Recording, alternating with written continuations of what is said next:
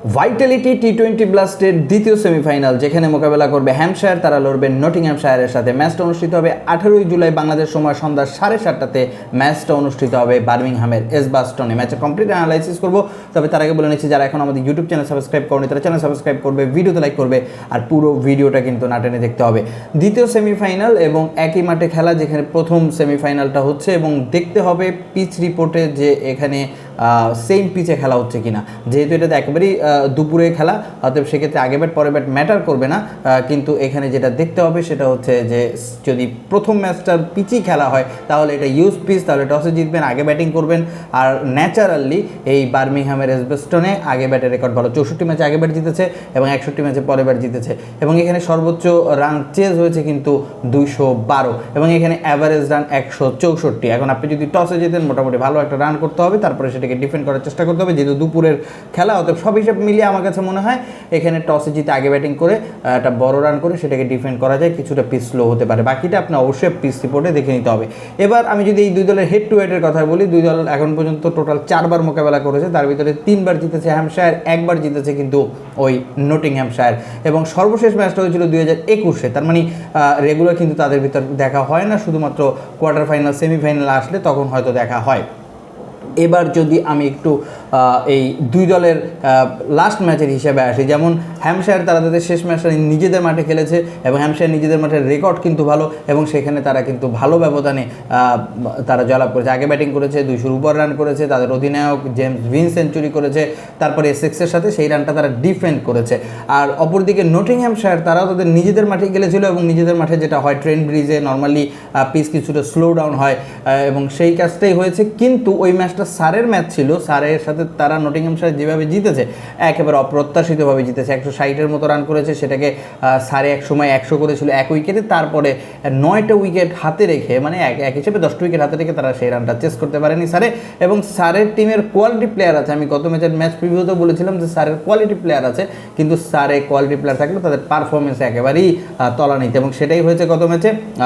অতএব যেটা ব্যাপার সেটা হচ্ছে নটিংহ্যামশায়ার লাকিভাবে বলা যায় যে তারা এই ম্যাচের ফাইনালে মানে সেমিফাইনালে এসেছে। এখন এই ম্যাচে আসলে কি করতে পারে, আমি একটু যদি স্কোয়াডটা নিয়ে একটু কথা বলি, তবে স্কোয়াডটার দিকে যদি একটু দেখি, হ্যাম্পশায়ারে কিন্তু টবি আলবার্ট আছেন, দুর্দান্ত ব্যাটসম্যান, ফর্মেও আছেন। জেমস স্মিথ গত ম্যাচে সেঞ্চুরি করেছেন।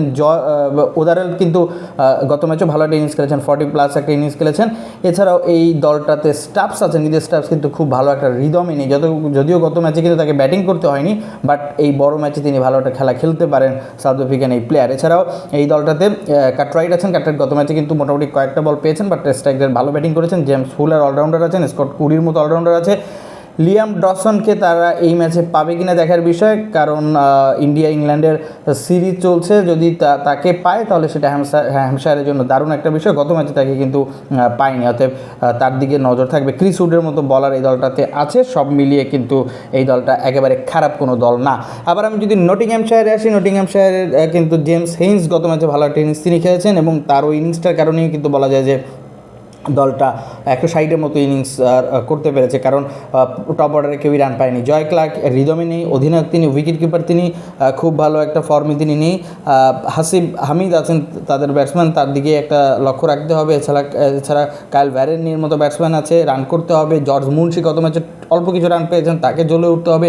টম মুর অনেক অভিজ্ঞ ব্যাটসম্যান, তার দিকে নজর তো থাকতে হবে। বেন টাকেটকে হয়তো পাবেন না, কারণ ওয়ানডে সিরিজ চলছে ইন্ডিয়া ইংল্যান্ডের, এটা নটিংহ্যামের জন্য বড় একটা লস, কারণ বেন টাকেটের দরকার ছিল। জর্জ লিন্ডের মতো অলরাউন্ডার আছে, স্পিন বল ভালো করেছেন, ব্যাটিংও ভালো করতে পারেন। বেনি হাওয়েলও দুর্দান্ত ব্যাটসম্যান, অলরাউন্ডার, বলিং ব্যাটিং দুই জায়গায়, এবং তার দিকেও একটা নজর থাকবে। জেমস হেইন্স আছেন অলরাউন্ডার। ময়েস হেনরিক্সকে পাবেন কিনা এটা দেখার বিষয়। ময়েস হেনরিক্সকে যদি পাওয়া যায় তাহলে সেটা নটিংহ্যামের জন্য ভালো। গত ম্যাচে তিনি কিন্তু খেলেননি। অলি স্টোনের মতো পেসার আছে, মোহাম্মদ আমিরের মতো পেসার আছে, বিনুরা ফার্নান্দেজের মতো পেসার আছে। এই 3জন পেসার, বিশেষ করে এই যে অলি স্টোন দুর্দান্ত বল করেন, আমিরও গত ম্যাচে খারাপ করেননি, সাথে এই বিনুরা ফার্নান্দোর যে যথেষ্ট ভেরিয়েশন আছে, যেটা এই পিচে অনেক বেশি ইম্প্যাক্ট করবে।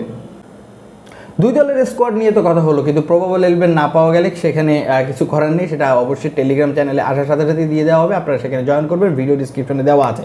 কিন্তু এই ম্যাচে আমার প্রেডিকশন কি? এই ম্যাচে আমার প্রেডিকশন হচ্ছে দিনের খেলা আগে ব্যাট পরে ব্যাট খুব বেশি একটা ম্যাটার করবে না, যেটাই করবেন, কিন্তু টিম স্ট্রেংথে আমার কাছে মনে হয় যে এখানে এবং এই মাঠে কিন্তু আলটিমেটলি এই বার্মিংহামের এজবাস্টনে 60% টাইমে কিন্তু নটিংহ্যামশায়ার জয়লাভ করে, 40% টাইমে হ্যাম্পশায়ার জয়লাভ করে। আমি এই ম্যাচে নটিংহ্যামশায়ারকে ফেভারিট রাখছি, বাকিটা টসের পরে স্কটের পরে বোঝা যাবে কে ফেভারিট থাকে। আপনার মতামত আপনি কমেন্টে জানাতে ভুলবেন না এবং অবশ্যই কিন্তু চ্যানেল সাবস্ক্রাইব করবেন।